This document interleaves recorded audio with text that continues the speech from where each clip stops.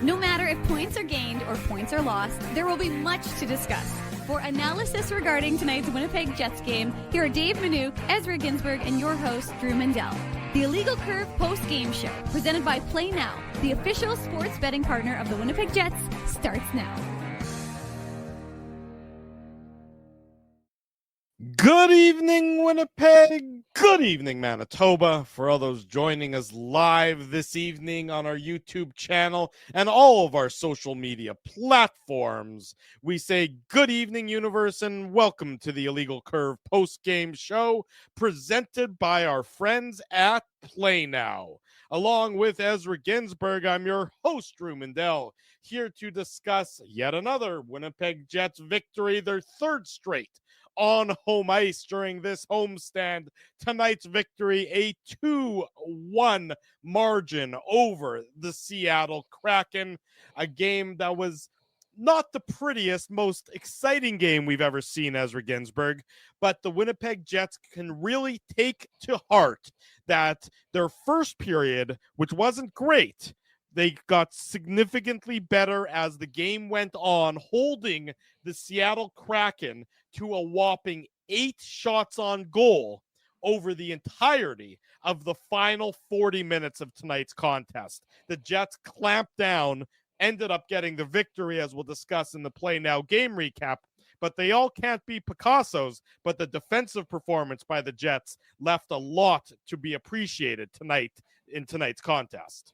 Absolutely. 3 wins in a row and another 1-goal performance by Connor Hellebuck. He just doesn't like to allow more than a goal, especially at home. And you're absolutely right, Drew. Like some 1-1 games, 2-1 games, but the game was 1-1 for a long period of tonight's game. Some close games are close. Some 2-1 games are exciting. This one was not. Not to say that it was a bad hockey game, but no, it just wasn't, like you said, it wasn't a Picasso. And you know, I agree with you. The Jets got better as this game progressed. The second period was completely one-sided. And in that third period, obviously, you know, Adam Lowry rings one off the iron. Logan Stanley rung one off the iron. And you got the impression that the Kraken in the 5th game of a 5-game road trip were happy just to get that game to overtime and get 1 point, right? And, you know, watching especially the first period, you kind of wonder, like, why don't the Kraken have more wins this year? It's a fast team. They've got a lot of skill. That defense, that back end can move the puck. Brandon Montour was really good, and he's obviously a physical defenseman as well. He was laying the body, right? But, I mean, there's just not a lot of game breakers, right? Like, obviously, they've got Matty Beniers. You know, Jared McCann's a good hockey player. I think Capo Caco has actually fit in really nice on this team.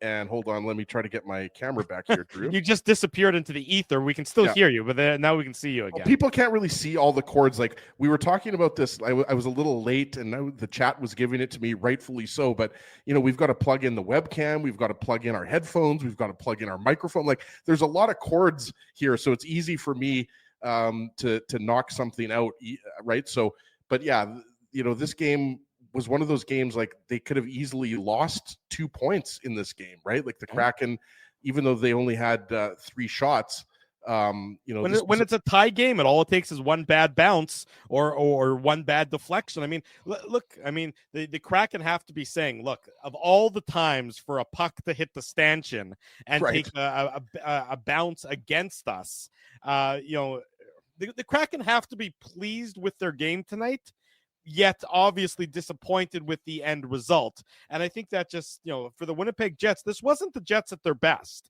You know, Scheifele, Velarde, Kyle Connor did not have their best performance. Sorry, Drew.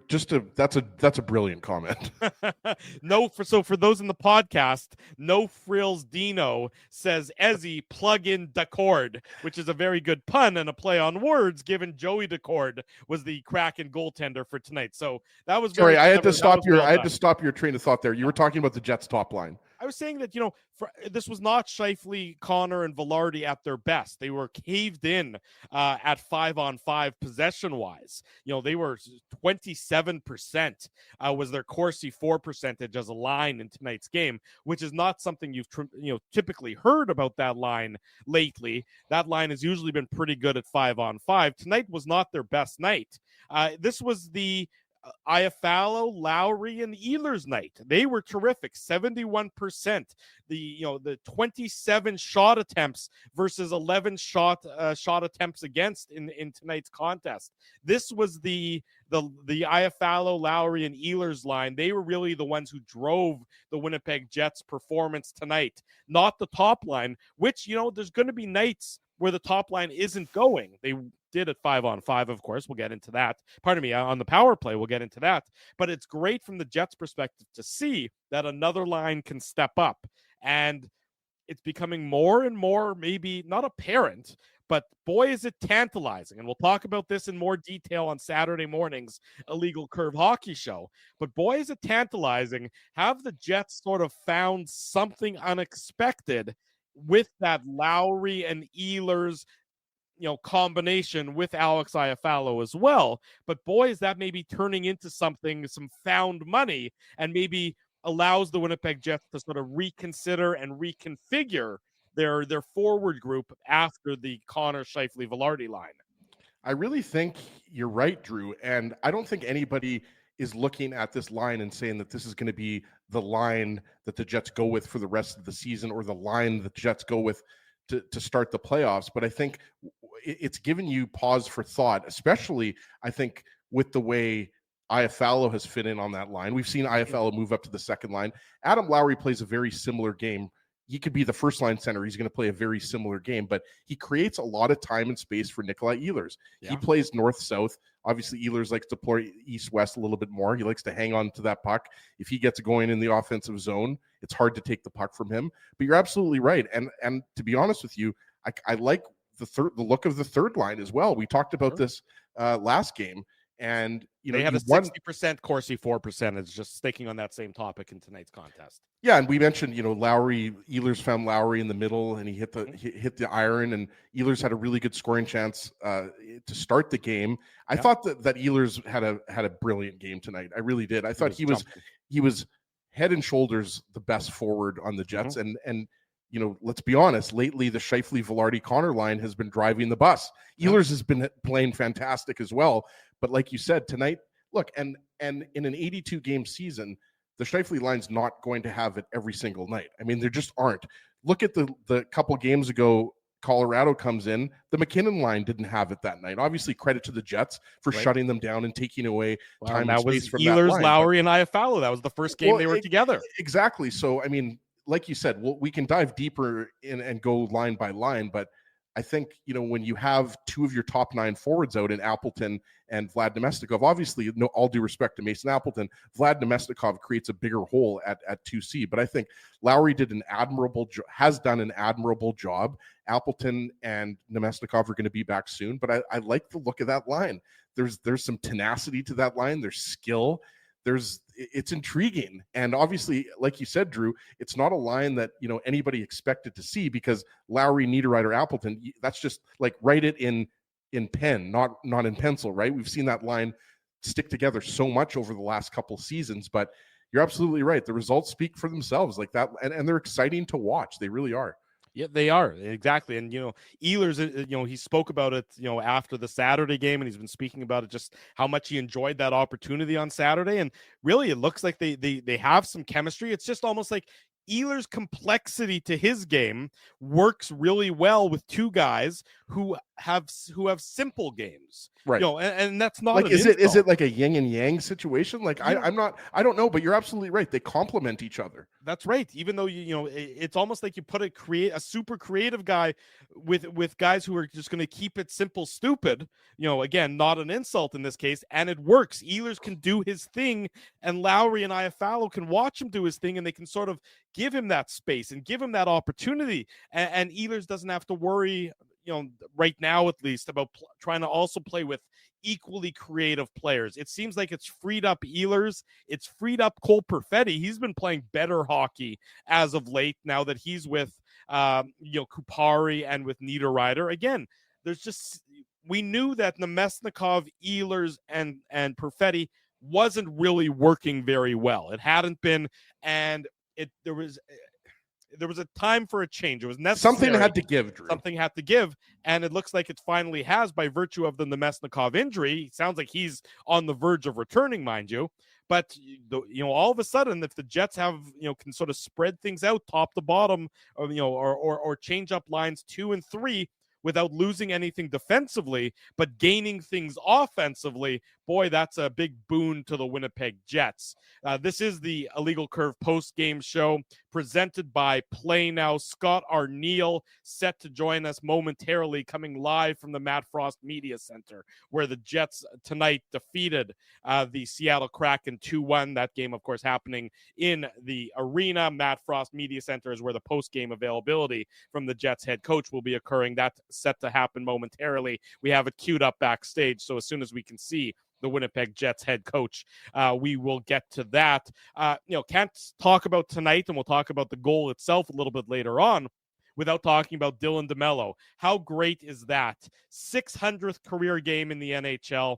A guy who doesn't often get the accolades, gets that huge game-winning goal for the Winnipeg Jets. Here's Scott Arneal. Scott, what's it like for Dylan DeMelo to end game 600 in that manner? Yeah, I'm sure he'll remember that one. That's awesome. Just a big game like that and to finish it like that, top shelf. It's nice to see.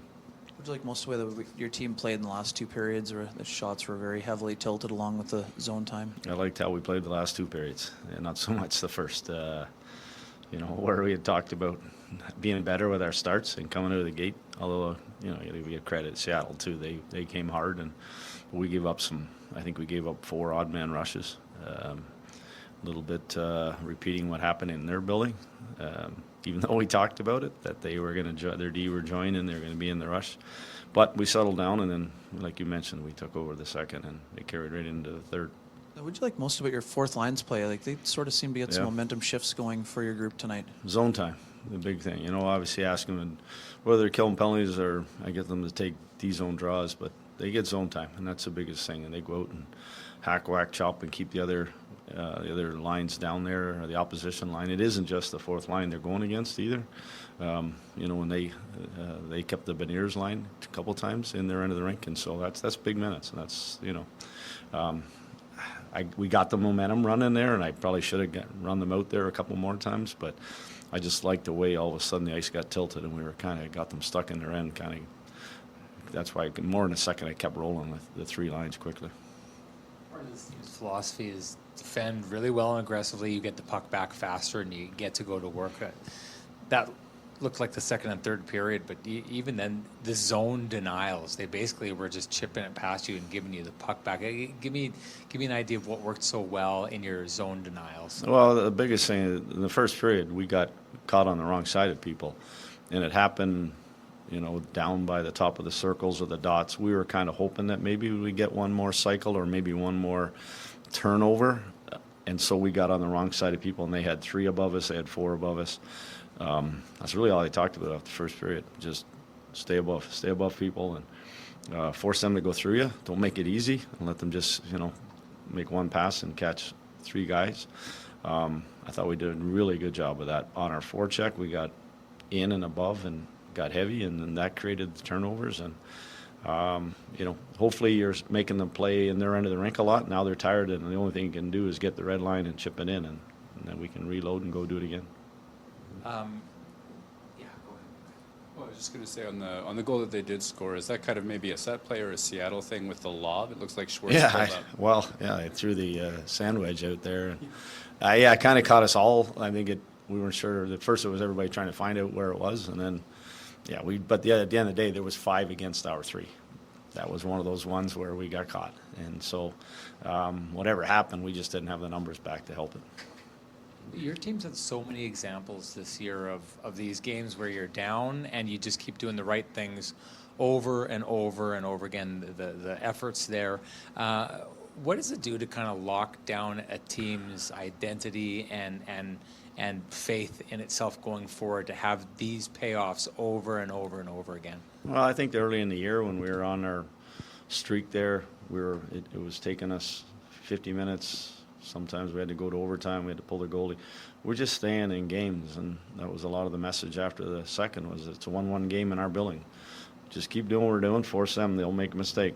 You don't always want it to go the last 26 seconds or whatever, but when we play our way and we play our style, sooner or later we're hoping the opposition's going to bend, and that's when we just pounce on it. And whether that comes off of cycle 5-on-5 or that comes off our power play, breaking a team down, it's just kind of staying with it, however long it takes. We're not trying to. I think we've learned some lessons over the years where we're down and all of a sudden we try to change our style of play, and then we give up more, and we give up that next goal that makes it tougher to come back. Dylan DeMelo is obviously, scoring that goal, his 600th game. It's a big milestone, a big moment. But his presence in your room off the ice, it seems like a well-respected teammate, a glue guy almost. What can you tell us about just his impact as a leader and just a personality within that dressing room? Yeah, like we have our captains and our assistants, but we also have a leadership group, and he's a part of that. He's earned that. We just felt that. He's a guy, a voice. Obviously, 600 games. He's been around. And he's played with, in a lot of different situations. And when you're thrust into a role like he has been the last few years of playing, top pairing, there's a lot of responsibility that comes with that. And so the biggest thing with those guys, most of those guys, is they lead by example of how they play, how they practice, how they work out, how they do their things off the ice. And that's what Mel does. Mel's, he's a great example for young defensemen. He's a great example for, players that want to play 600 games or more. And he just goes about his business every day, and he's pretty consistent. Just wanted to ask you on Mark Scheifele. Obviously, another goal tonight. He's atop the NHL leaderboard in goals. But this year, Mark is producing an extraordinarily high volume of 5-on-5, high-danger chances, more than he has in previous years. A lot of his goals are even strength. What do you think has led to that this year? He's obviously a pass-first player, but seems to be up a notch. I think that right there, he's kind of changed his tune a little bit. He isn't just a pass-first guy. And, but he is getting some great looks, too. Like he's in a situation where, whether it's Gabe giving it to him or whether it's KC or whether it's our defense, he's getting himself in position. He's getting inside to get these looks. And, it's different if you're standing outside the dots and trying to take one-timers from there. That's probably not going in. But he does a fantastic job of getting himself into scoring areas. And I think he realizes that it's not just his line mates that need to score. When he has a chance, he has to take those shots too. Just to make sure, he took a heavy hit after he pulled up on that one. Is he all right? Yeah, he's okay. Yeah, he's all right. Well, he is all right now. We'll see how he wakes up tomorrow. But he did get a pretty good look there. And then this gets to be fun because it all worked out and you got the shot block. But Nikolai Ehlers talked just about the desperate feeling, the emotion of trying to get back after the giveaway. Now he's defending a 2-on-1. Can you put, what does a hockey player feel like in a moment of panic like that? He better get his butt back and make a play because he's the one that obviously created it. But he was so mad at himself when he came to the bench. That was a play that if he does get it to Mo, they've got two forwards standing at the blue line. But at the end of the day, I probably had a tough swallow there for a minute, and then went to see the rush come the other way. But you know what? He got back and did what he had to do, and that's why he's on that checking line. Thanks. Jets head coach Scott Arniel tonight from the Matt Frost Media Center, talking about Nikolai Ehlers there at the end being on the quote-unquote checking line. I'm fairly certain he said that with a little bit of a tongue-in-cheek there, Mr. Ginsburg, as Nikolai Ehlers had that giveaway, something we have seen from him before, but he certainly did get back on the horse to break up the scoring chance before he could materialize for the Seattle Kraken. So, in that sense, Ehlers giveth, but he also taketh away a little bit in that sequence of events. Yeah, and a pretty short and sweet press conference from Scott Arniel. Jacob Stoller came in with some late questions there, so we appreciate that. But I wanted to just talk about Dylan DeMelo for a second, because obviously we'll get into his goal in the Play Now game recap. But you look at his stat line again tonight, and it's just like regular Dylan DeMelo. Plays over 22 minutes, has a couple blocks, 3 blocks, couple shots on net. Obviously, a game-winning goal, not the person that you're expecting to score the game-winning goal. But just wanted to mention, as you said earlier, Drew, like a big night for him. 600 games is a big deal. Like when you start to get into 400, 500, 600, 700 games. Like, these are big milestones, especially as I just mentioned. Like, it's not like Dylan DeMelo is going to finish his career with 200 goals and 500 points, right? Like, longevity has really been his calling card in the NHL, and his consistency, right? And so I think, it's really fitting that he got that goal for a guy who's really an unsung hero. And, you think about these last 3 victories, which have been, obviously tonight's victory wasn't as impressive as the last 2, but the Jets have outscored their opponents 11-2. Like, they've played some really good shutdown defensive hockey. And Dylan DeMelo deserves a big part of that, right? Like, he's going up against the McKinnon line. He's going up against the Kraken's top line. I also think he's been playing better hockey as of late. There were some times earlier we're used to Dylan DeMelo as Mr. Consistent, where he's what you know about him is what you're going to get night in, night out. Earlier in the year, there were some nights where he didn't look himself. There were misreads. There were some just plays that weren't DeMelo-esque. They weren't the proverbial coach's porn, as former Jets head coach once uttered regarding DeMelo's game. You had seen some things that were not pretty from Dylan DeMelo, but I see the game stabilizing again. I see the game sort of going back to the DeMelo that we've expected for all these years, and why he's been sort of that ideal partner for Josh Morrissey for so long. And so that's great to see. And then, of course, anytime he gets a goal, anytime he gets rewarded on the offensive side of things, you can see the excitement that generates in the room and on the bench. I was just rewatching his goal again, and DeMelo's not a guy that you usually expect to see a lot of emotion from. You don't see a lot of exuberance from him. He was fired up. He will, as you should be. When you score the game-winning goal with 27 seconds to go on your 600th career NHL game, you saw him go, let's effing go. He was pumped when all the guys swarmed him, which you would expect to see, and rightfully so in this situation. Yeah, and like you said earlier, his game has been more noticeable, more stable, and him alongside Josh Morrissey, they've had to be that stabilizing force with all of these injuries on the back end. We talked about it on last weekend show, right? Like, last year, the Jets were remarkably healthy. Not so this year, with Dylan Samberg missing significant amount of time, with Hayden Fleury missing time. Getting healthy, probably going to be healthy basically come Saturday, more or less. Well, yeah, we're going to have to talk about that quite a bit on Saturday's show, because it's all of a sudden becoming a very crowded blue line. But yeah, a great night for Dylan DeMelo. Obviously, Mark Scheifele scores the power play goal. Like, is the power play? I want to say the power play is above 50% now in the last 4 games, because heading into tonight's game, they haven't had very many opportunities, but they've been scoring at least one a game. Is to your point? Or no, sorry, it still is 50%, because the Jets went 1 for 2 tonight. 1 for 2 tonight. 50% in 4 games is just absurd, right? Yeah. Like, it really is. And tonight's game, that was a huge difference maker, which it has been in previous games. Well, recession proof was the line of the week when it came to the power play. If you missed any of that audio, it's of course available on the website. But when you're hot dog carts in the Jets power play, right? Yeah, when you're struggling at 5-on-5, or when you're not generating what you want at 5-on-5, to be able to have a power play that can bail you out, or can be what generates you that goal, is a world of difference. That's just what the Jets, good for the Kraken for only, taking the 2 penalties. But, the Jets power play is so lethal, and has been as of late, that, 2 power plays, might very well result in 1 goal against. And if I can mention this now, Drew, usually we don't talk about penalties that don't result in goals in the played now game recap, but I thought that was a weak call on Logan Stanley. Like, I really did. And I realize he'll get criticized, because he's been criticized in the past for taking penalties. But to me, that's a guy who's 6'7". I just didn't think that was elbowing. I just didn't think that was a penalty, period. He was bigger than the player that he engaged with. His elbow was very much looked like it was, properly positioned, tucked against his body.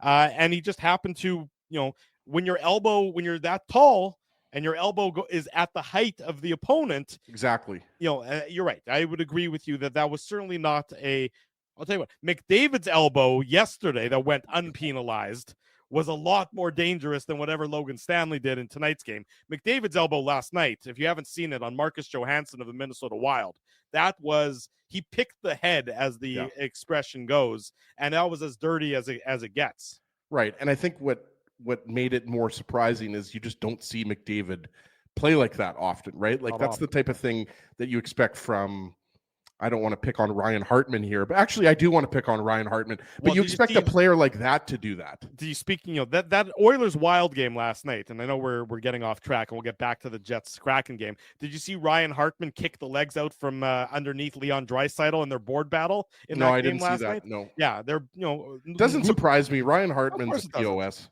Yeah, he is absolutely, a routine board battle, and you see Hartman, very sneakily stick his leg from behind and take out Draisaitl so that he falls on the behind in this case. In any event, we'll move back off of that. We'll get into the Jets and the Seattle Kraken. We say good evening to so many of you who are joining us live tonight on the Illegal Curve post-game show. If you haven't already done so, be sure to smash that like button, subscribe to the YouTube channel. That way you'll be notified each and every time we go live here on the Illegal Curve post-game show. We're going to do it again Saturday night after the Jets and the Calgary Flames. But before that, we're going to do it Saturday morning, 9 a.m. here on the Illegal Curve YouTube channel. We're going to talk about the Jets and the Flames. We're going to be joined by Frankie Corrado. Frankie was on the intermission analyst of tonight's Jets Kraken game. So we're always excited to catch up with Frankie Corrado on Saturday morning, talk about the Winnipeg Jets. And of course, we'll have another guest yet to be announced. Further reminder, before we get into the nitty gritty details, there were only 3 goals in tonight's game. The Play Now game recap's not going to take all that long, folks. A further reminder, next Wednesday, 6 days from now, at Boston Pizza on Taylor Avenue, the Illegal Curve post-game show, the Illegal Curve watch party. It's all happening at Boston Pizza on Taylor Avenue. Join yours truly, join Ezra Ginsburg, join Dave Manouk, join all the Illegal Curve Nation, all our friends, all our family, all the people that we call family, even if they might not be blood relatives. We're all going to be at Boston Pizza on Taylor Avenue next Wednesday for the Jets and the Colorado Avalanche. So come on by, introduce yourself, tip a few back, watch the Jets and the Avs, and then stick around for the Illegal Curve post-game show. Really looking forward to that all-you-can-eat pasta, Drew. It's not all-you-can-eat pasta. It's Pasta Tuesday all January long. I explained that to you already, Ezra, that it's not all you can eat. I know that you can eat a lot. They said that the dollars and cents just don't work to have that offer available to you, but it is Pasta Tuesday all January long with our friends at Boston Pizza. Look, Drew, I'm not going to Italy anytime soon, so the taste of Italy. Italy. Manouk who's got the private jet. Yeah, exactly. But the taste of Italy is the closest I'm going to get to Italy, so I'm fired up. There you go. Now, before I hit the button for the Play Now game recap, the first star of tonight's game, I'm sure it did go to Dylan DeMelo. But what's more important, who I thought did the best performance of anybody in tonight's game, was Olivia Stedman, who performed the national anthems at tonight's game. She represents the Movement Center of Manitoba and the inclusion community, and what a fantastic job she did on I had goosebumps anthems. during that. I did too. That was something very special, and good on the Jets organization for selecting Olivia, because that was, first off, she's an incredible singer. Yeah. And I mean, you can't not get emotional and get all the feels, as the kids say, listening to her. So I'm glad you brought that up, Drew, because I was watching that with my kids before they went to bed. And she was a star. She's an absolute star. Absolutely. No question about it. She did a great job. So I had to make mention of that before we get into the nitty-gritty details. We go goal by goal, as we do here on the Illegal Curve post-game show. We're always thrilled to do it. It is the Play Now game recap. The Play Now game recap.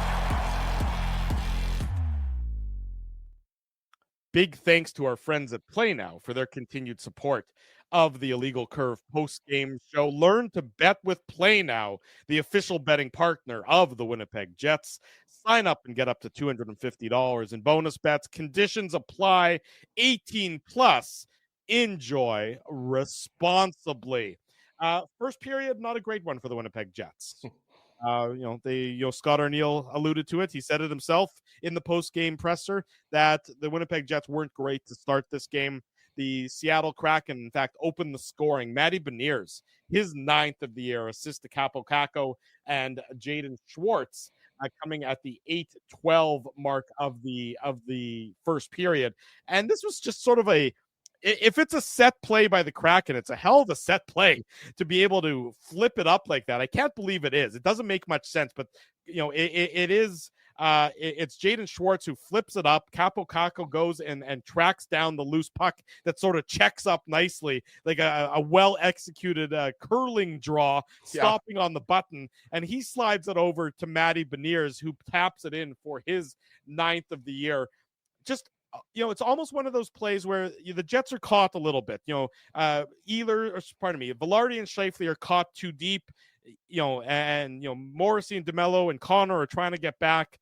But the Kraken have numbers on it. But it's just it's a really well executed play by the Kraken. The Jets aren't able to defend it very well. Combination of, I think, poor defensive coverage plus a unique phenomenon, not a play you typically have to practice to try and defend against, but well executed by the Kraken to give them a 1-0 lead, 8-12 into the game.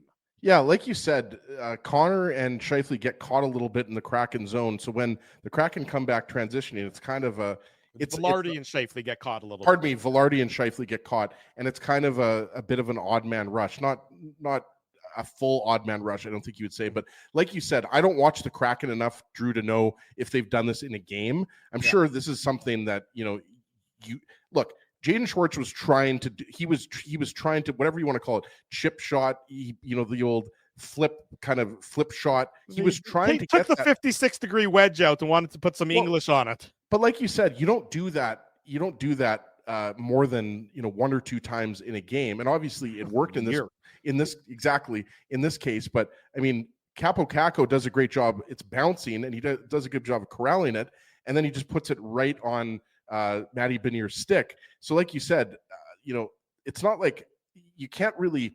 I mean, there's not a lot more that you can dissect on this goal, except for the fact that maybe the Jets get caught a little bit watching the puck. Like you can see Kyle Connor gets, even though Josh Morrissey, that's his man, Kyle Connor gets caught a little bit, watching the puck kind of a little bit too slow on the back check. So you don't love that. But I think more so about anything, like I would say I would look to more about just that was a nice executed play by the Kraken, as opposed to saying that there was like some major breakdown in the Jets defense. I also don't think it's the kind of play that's going to be replicated. But the teams aren't going to watch that, take it away as, this is an opportunity. We can expose the Jets, with this scenario, because it's just such a unique flip play that it's not something that I think other teams are going to try and use moving forward. Well, I agree with that. And just sticking with the goal here, like I think, it's a hard play to get that result. It's not what he did. It's not like the skill is crazy. I mean, a lot of players can make that type of little flip play, but it's the fact that it resulted in a goal. A lot of things have to go right. And I think, like we talked about, Kyle Connor's a little bit slow on the back check. So it's a 3, it creates a little bit of an odd man situation. And Capo Caco just does a really nice job, like I said, of corralling the puck and getting it to Matty Beniers, who's right on the doorstep of Hellebuck, right? So it's more so that it's just you don't see that close proximity flip like that. Like oftentimes you'll see a defenseman flip the puck from his own blue line or maybe in the neutral zone, and then that might result in a 2-on-1. But you have to. It's all a question of getting body positioning and creating an odd man situation there. That's what happened. And again, obviously there was only 1 goal scored tonight by the Kraken, but they deserve full marks for executing that type of trick shot play. Yeah, it's a good way to describe it. It's a trick shot play. The first period comes to an end, as we mentioned, with the Kraken leading 1-0. Not a great first period by the Winnipeg Jets. They were slow, which is sort of had been a bit of a story for the Winnipeg Jets to some extent this year. The last couple of games certainly haven't been the case. Remember, they score the 3, Connor gets the natural hat trick against Vancouver. By the way, the Canucks in the first period of tonight's game on home ice against the LA Kings, they also gave up 3 goals. So they've given up 3. They've been down 3-0. Kings team is good, Drew. I've been saying that all year. No question the Kings are good. We saw them here last Friday. The Canucks are a team that is a mess. They're going down. I don't know if it's because of Pettersson and JT Miller specifically, but you come back home, you had a bad outing against Winnipeg, you give up 3 first-period goals against the Jets, and now you've given up 3 first-period goals again against the Kings. So that's bad for Vancouver. And the Canucks lost 4 of the 5 games on the road trip, right? So not only was a bad beatdown from the Jets, it was a bad road trip in general. And like you said, Drew, I mean, we assume that the JT Miller, Elias Pettersson situation is having an impact negatively on their play right now. But I just think it's just a team that it seems to be in disarray. It just doesn't seem to be anything resembling the team that had 109 points last year. Right. And if they keep this up, they're going to quickly find themselves completely out of the playoff race. You're absolutely right about that, Ezzy. 1-0 after 20 minutes for the Kraken. The Jets tie it up on the power play. We talked about it when the 5-on-5 isn't going, when things aren't executing tremendously well at 5-on-5. Lean on your league best power play, and the Jets do that. Mark Scheifele, his 27th of the year. Assist to Kyle Connor and Josh Morrissey. This comes with Jamie Alexiak in the penalty box for interference. And, the Jets are just moving the puck well. They're executing on the puck retrievals, and then ultimately it's the Kyle Connor shot, and the rebound goes to Mark Scheifele, and he's able to wire it past Joey Decord. But, before this, you love the puck movement that, is a few seconds before the puck even goes in. Ehlers with a good chance. Velarde, with a rebound opportunity, collects the puck, and the Jets just reset back to where they belong, back to Scheifele, up to Morrissey. Morrissey down to Connor. Connor with the shot over to Scheifele on the rebound into the back of the net. Just movement, retrieval, goal. Or 1 goal in this case to make it 1-1 for the Winnipeg to tie it up at that point in time. Yeah, I think you broke down the goal well there, Drew. And I think really saying goal, retrieval. That part, the repetition for me, anytime, just repeat words, and for me that'll just sink right in. But it bears repeating that the Jets power play over the last 4 home games is 50%.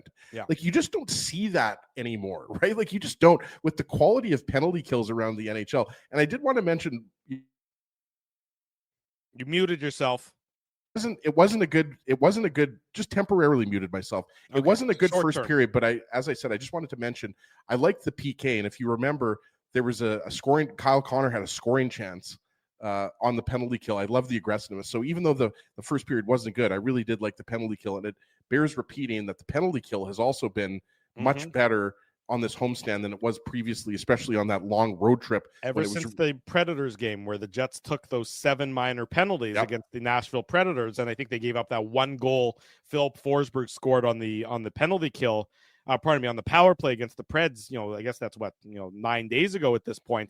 And I don't believe the Jets have given up a power play goal since then in the remainder of the game, in the 4 games they played since then. So, things are coming together on the penalty kill. They've continued to be where they are on the power play, but look out. Yeah, absolutely. And yeah, exactly. Look out, right? Like, now the Jets are playing better at even strength. They were always really, this season, even strength has been pretty good. I mean, we'll maybe forget the fact that the second line offense is dried up, but the penalty kill, certainly coupled with the power play, is making the Jets really unbeatable right now, combined with the play of Connor Hellebuck, right? So, but just back to the power play goal, though, like, again, what stands out to me is, Mark Scheifele is in the bumper, and then he gets out of the bumper. Ehlers goes to the bumper, and then now, so Scheifele is a shooting option on the flank, right? And obviously, it's an incredibly hard shot by Kyle Connor and a juicy rebound by Joey Decord. Joey Decord coughs that right up to Mark Scheifele. But again, like you said, it's the quick movement. It's the Jets' movement in certain in the dangerous places. And yeah, I mean, it's just right now, we've talked about this for weeks, if not months now, but you really do expect the Jets to score a power play goal every single game now, right? Like not every single time they go out there, but I mean, 50% of the time, really over the last 4 games, is truly incredible. And it was obviously a key goal because you got the feeling in the first period, after the first period, that this was not going to be a high-scoring game. And Joey Decord, we should mention, Joey Decord might have given up a big juicy rebound there. He played but well. He's a otherwise. good goaltender, and I think a lot of people, Drew, just quickly here. Decord signed a 5-year deal. I think that was right at the beginning of the season, if I'm not mistaken, or it was, I forget if it was October or November. I'd have to look it up, but he signed that 5-year, I think $25 million contract, kind of similar to Mackenzie Blackwood's contract. And I think a lot of people thought, you're giving Decord, a big contract based on 1 year. But I mean, the way he's played this year, his numbers have been phenomenal. And I think, what did he have? 34 saves, something like that tonight. So even though he lets in the late goal to DeMelo, which we'll obviously talk about next, I think Decord deserves a lot of credit. I thought he was easily one of the top 3 stars in the game tonight. He signed that contract on October 9th, and it actually doesn't take effect until next year. So he's playing under his previous contract at $1.2 million for this year. So a lot of good, some surplus value being earned by the Seattle Kraken there. And then he starts the 5-year, $25 million contract next year. So Decord certainly was very solid for the loss for the Seattle Kraken tonight. And, this is a guy, again, a late pick, a 7th round pick by the Ottawa Senators. So you always sort of you love to see it. See it. When guys like that sort of find their way in the NHL. And he was an Ottawa draft pick, wasn't he? Yeah, that's what I said. Yeah.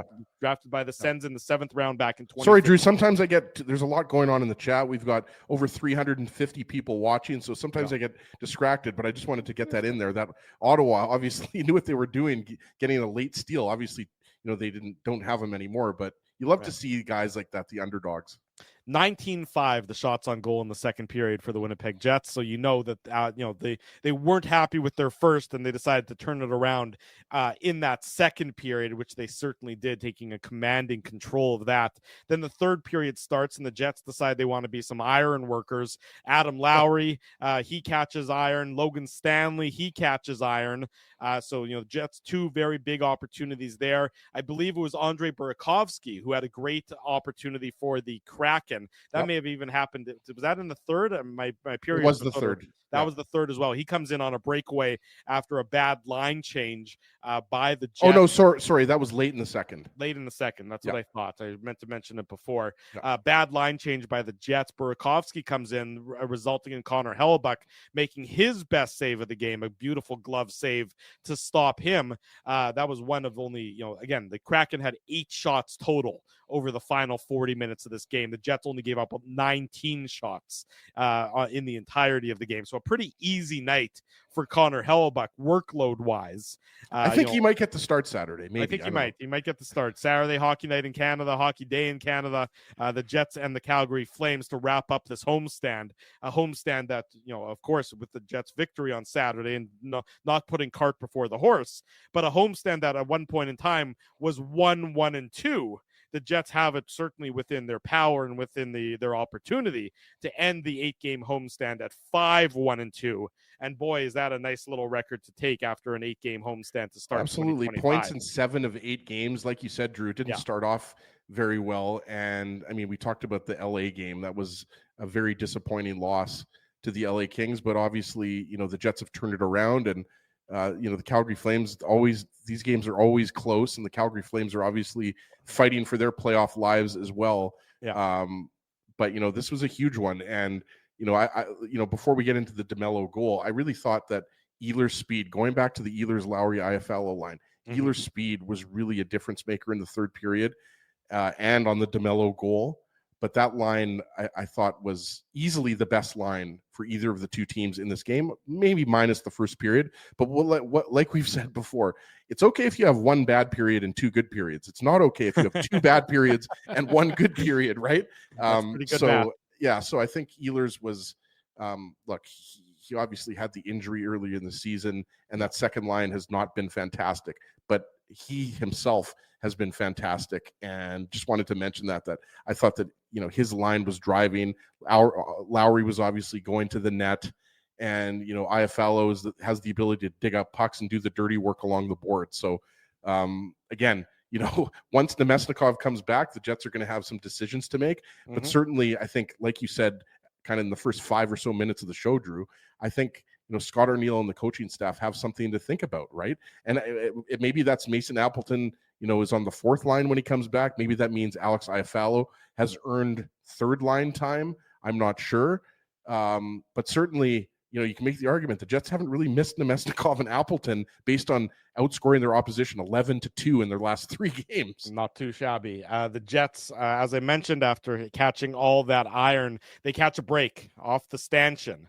The puck, which looks like it's going to be, a relatively harmless situation in the tail end of the game. They get the puck in deep, and then good forecheck by Lowry, good forecheck by Alex Iafallo, and it is for the Kraken, Adam Larson, who's trying to chip it up off the glass, and unfortunately for Larson, it does catch that stanchion, and it gets onto the stick. Instead of going, harmlessly, it goes into the middle of the ice to Ehlers. He scoops up the loose puck. Everyone's watching him. He finds Dylan DeMelo. Lots of traffic in front of the net, and a great shot by Dylan DeMelo to beat Joey Decord to be the game-winning goal, and almost equally as important, it's our The Seagrams shot of the game. Seagram's shot of the game. Big thanks to our friends at Seagram's for their support of the Illegal Curve post-game show. I think on a night like tonight, when you get your 600th on your 600th game, 200th for Rasmus Kupari, I might add, your 600th game for Dylan DeMelo, your game-winning goal, something that he doesn't typically get. It seems to me that's a Seagram's VO kind of night afterwards. Masterfully blended, distinctly Canadian. Big thanks to our friends at Seagram's for their support. And again, it's just very sort of poetic in that he gets this goal and this opportunity. And you love the amount of traffic that's in front of the cord after Ehlers finds DeMelo. You look and you see that Iafallo's there, Lowry's there. There's a number of defenders for the Kraken that are also, in there. Adam Larson's one of them. Vince Dunn is one of them. Lot of traffic in front of the cord. But Dylan DeMelo absolutely snipes this one, picks the corner, and gives the Jets the 2-1 lead, and ultimately the 2-1 victory with 27 seconds to go in the 3rd period. And Drew, like you said, I mean, it's obviously a fortuitous bounce off of the stanchion, but what you got to love, and I mentioned this earlier, Nikolai Ehlers beats Oliver Bjorkstrand to the puck. And, obviously we always have the replay of the goals. You've got it on your second screen. I only use one screen. I don't need two. But after we get you drywall, we'll get you a second screen. So first we're taking a GoFundMe so we can get you some drywall, and then we'll get you a second screen GoFundMe going. It's funny. I used to use 2 screens at work. Yeah. I really I'm a 1 screen type of guy. I can't do it. I need a second screen almost. Yeah, no, I get it. Some people need a second screen, but I found that I just was not really using it as much. Anyways, I digress. But I'm a 1 screen kind of guy. Anyway, once you started putting it down and using it as a pillow to take your naps, that was probably the sign you didn't need it. Well, yeah, I like to do everything with my 1 screen. I like to have my lunch. I close my laptop and have my lunch on top of it. I like to, explains the crumbs. Yeah, exactly. Yeah, sometimes those keys get a little bit, crumbed up, as you say, Drew. But no, I mean, it's a fortuitous bounce. But the big thing for me here is Ehlers beats Bjorkstrand to the puck. He comes in with speed, and like I said, I've got the freeze frame. I've paused it. And all 5 Kraken players are watching Nikolai Ehlers here. Sure. And so Dylan DeMelo does a nice job of coming in, acknowledging that. And like you said, you've got Alex Iafallo, you've got a couple Kraken defensemen, you've got Adam Lowry, who's headed towards the net. I don't think Joey Decord sees this. No, or if he does, if he does see it, he doesn't see a lot of it, right? No. So I mean, at the end of the day, look at the traffic in front of him. I know there's so many big bodies in front of him, and it's it's not the prettiest goal. It's a nice shot by Dylan DeMelo, but you love to see it, as we talked about earlier, on his 600th game, and just a guy who doesn't score a lot, and it's the game winner. It's with 27 or however many seconds left there were. 27 seconds. There you go. So, I mean, just another huge win. And we've talked about it. The Jets, sometimes they'll win games big. Yeah. Against the Vancouver Canucks most recently, or against the Colorado Avalanche, an impressive 3-0 win. Sometimes you win these close games. Sometimes, look, we've seen the Jets lose to the Ducks twice this year, close games, both in overtime, right? Mm-hmm. Are they not both in overtime? Yeah. So, I mean, look, sometimes you lose these games, sometimes you win these games. But at the end of the day, 15,000 people left that game happy. Jets fans watching the game on TV were happy with that result. And really, that's all that really matters if you think about it. Yeah, exactly right. 2-1 final for the Winnipeg Jets. The homestand continues on Saturday. The Jets, as I mentioned, have the opportunity 4-1-2 right now on the homestand, having won 3 games in a row, and then they have the opportunity to make it a 5-1-2 homestand as this 8-game homestand comes to a conclusion on Saturday night before the Jets head out to Utah. They face the Utah Hockey Clubs on Monday, and then the Colorado Avalanche on Wednesday before coming home the following Saturday. What's Utah's like state name? Like, how New Jersey's the Garden State? Yeah.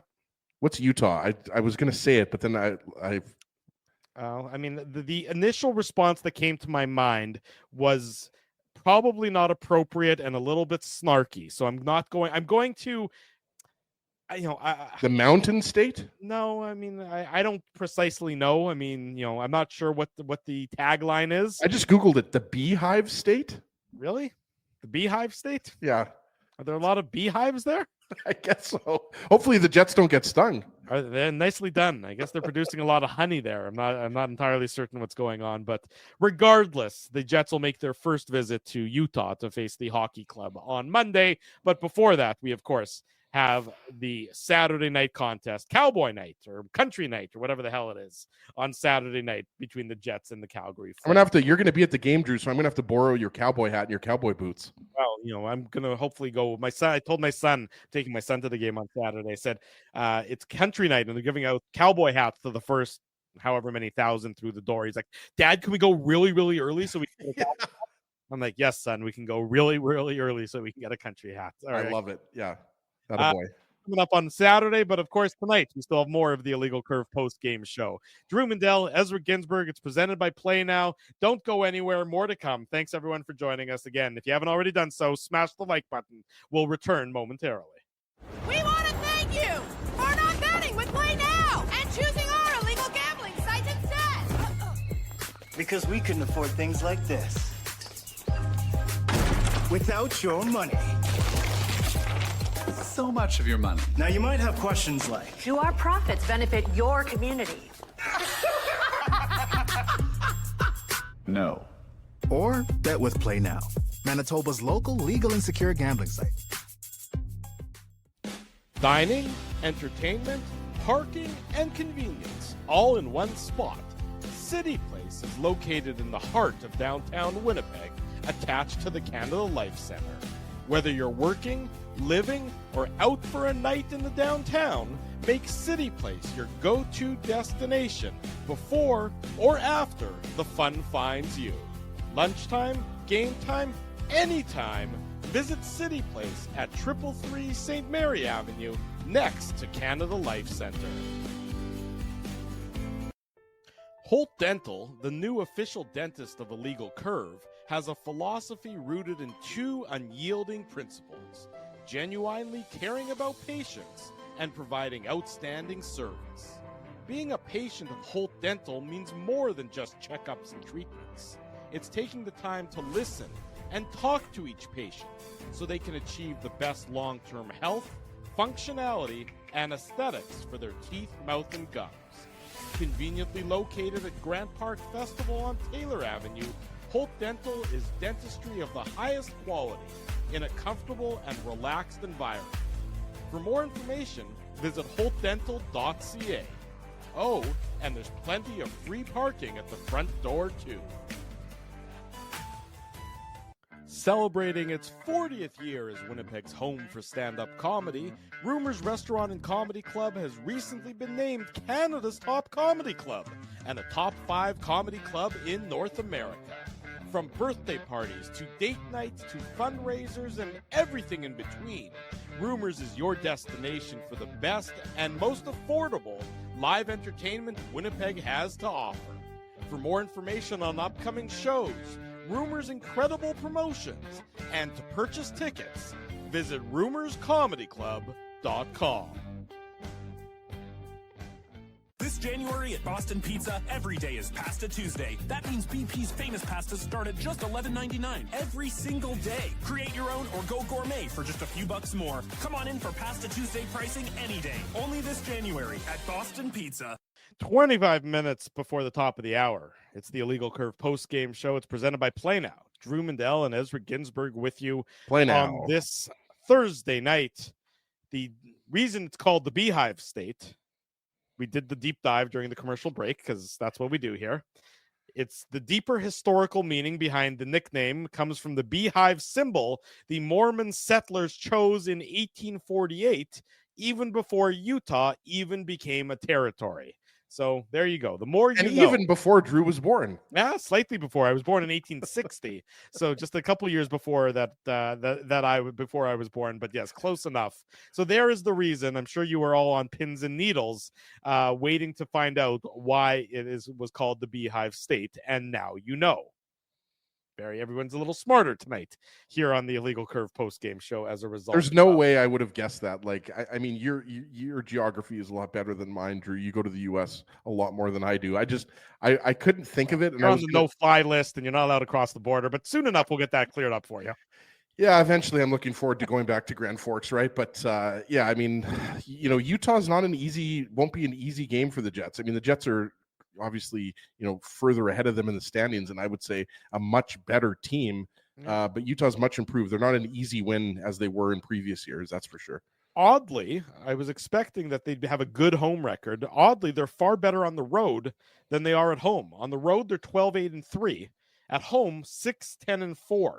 Yeah, that's not good. That's not good home record. I would have thought that playing in front of people in a real arena would have, given them some juice to have a better home record. That has not materialized so far, but nonetheless, it will never be an easy contest. The Jets will have to bring their A game, but before that, they'll have to bring their A game on Saturday night against the Calgary Flames. Murat Atesh, our good friend of The Athletic, he spoke with Dylan DeMelo after the game. Here's what DeMelo had to say. Quote, "That was awesome. Obviously, I'm a guy who doesn't score a lot. 600 games is a great accomplishment.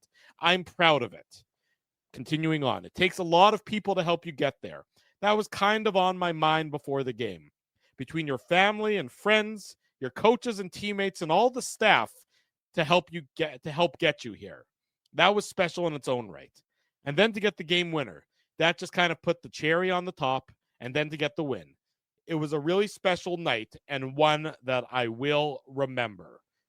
Absolutely. I mean, I can't say it much better than Dylan DeMelo. No surprise that DeMelo is eloquent and well-spoken and can fully appreciate all those who've helped him to get to this point and fully appreciate the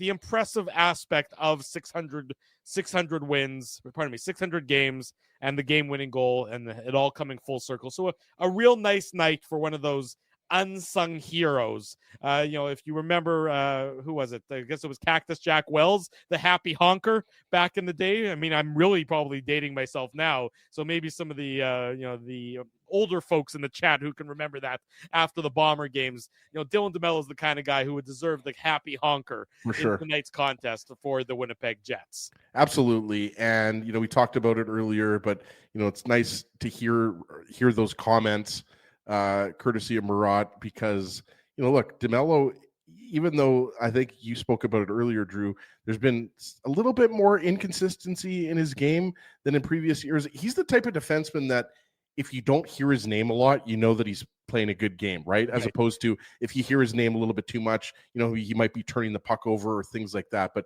he's been such a steadying presence on the back end for so many years now with Josh Morrissey.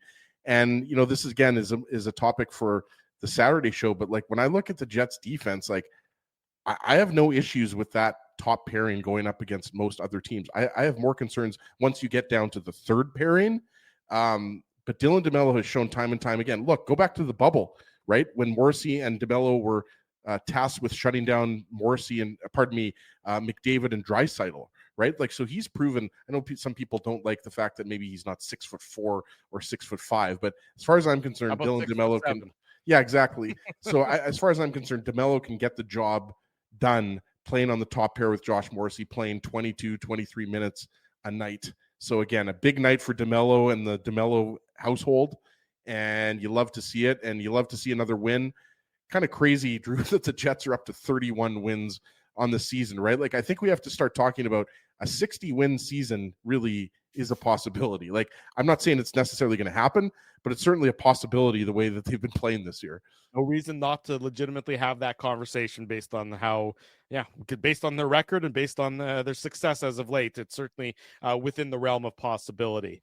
Before we wrap up tonight, I want to give one more shout out. I was made aware, and I'll be honest, these are friends of mine, so that's why I'm giving them the shout out. Wheatland Hockey Academy. So if you have a youngin who's in the hockey, and looking to develop his skills and or her skills, the Wheatland Hockey Academy online, wheatlandhockey.ca. What I love about this, besides the fact that I know the principals who are involved in it, and I know that these people are good, solid people who are interested in developing your child both on the ice and, most importantly, developing them off the ice, giving them the skills necessary to succeed both in the hockey sense and then succeed in the societal sense. If you're looking for a hockey academy like that, one that cares about the kid, cares about improving them both on the ice and off the ice, Wheatland Hockey Academy is for you. Wheatlandhockey.ca for more information. So I want to throw a bone to some friends every now and then, and I do say that knowing that they will take good care of your youngin looking to develop their skills in hockey. Absolutely, yeah. No, good on you, Drew. And like you mentioned, we know the family involved, and they just launched this. This is a new venture, and love that logo. Yeah, it's a fantastic logo. Check them out. They're on Instagram. I'm not sure if they're on Twitter/X or Facebook, but they're definitely on Instagram. So look them up, Wheatland Hockey Academy. And like you said, a good group of people, and we're excited to see this new academy progress and develop. Yeah, exactly right. So there you go. So there's a little bit of homework for you if you want to go check things out on the course of tonight after tonight's program ceases, which, by the way, it's about to do. So that's it for your Ezra and yours truly on this Thursday night. We'll be back, as I mentioned, Saturday morning, 9 a.m. with the Illegal Curve Hockey Show. So be sure to join us back then for that. If you haven't already done so, be sure to smash the like button, subscribe to the channel, subscribe to the podcast, leave us some feedback here, there, and everywhere regarding this program. So we always want you to do that. And what we also want you to do is tell people in your life who might not otherwise be aware of what we're doing here. They might not be fully aware of how fun this is. Win or we like lose. Fun. We like fun. It's something to do. You were watching the game. Keep the fun rolling after that, and we'll continue to have some fun here on the Illegal Curve post-game show. So if you haven't already told the people that you know and you love, be sure to tell them after tonight's show to join us Saturday morning, and then join us again on Saturday night after the Jets and the Flames. Big thank you to all of the sponsors of Illegal Curve who make this show, the Saturday show, the website, a possibility. That, of course, is our friends at Play Now, Rumors Restaurant and Comedy Club. Friday night completely sold out at Rumors, but you can get tickets for Saturday night. There's not very many left, so get them quickly. RumorsComedyClub.com. Holt Dental, City Place, Boston Pizza, and Seagram's support these fine businesses because of their continued support of Illegal Curve Hockey. For Ezra Ginsburg, I'm your host, Drew Mandel. Smash the like button, subscribe to the channel on the way out. Until Saturday morning at 9 a.m., we wish you good night and good luck, and thanks for watching the Illegal Curve post-game show. Thanks for listening to this broadcast from Illegal Curve Hockey. For more great Illegal Curve content, subscribe to the Illegal Curve YouTube channel, follow at Illegal Curve on Twitter, Facebook, and Instagram, and visit your online home for hockey in Winnipeg, illegalcurve.com.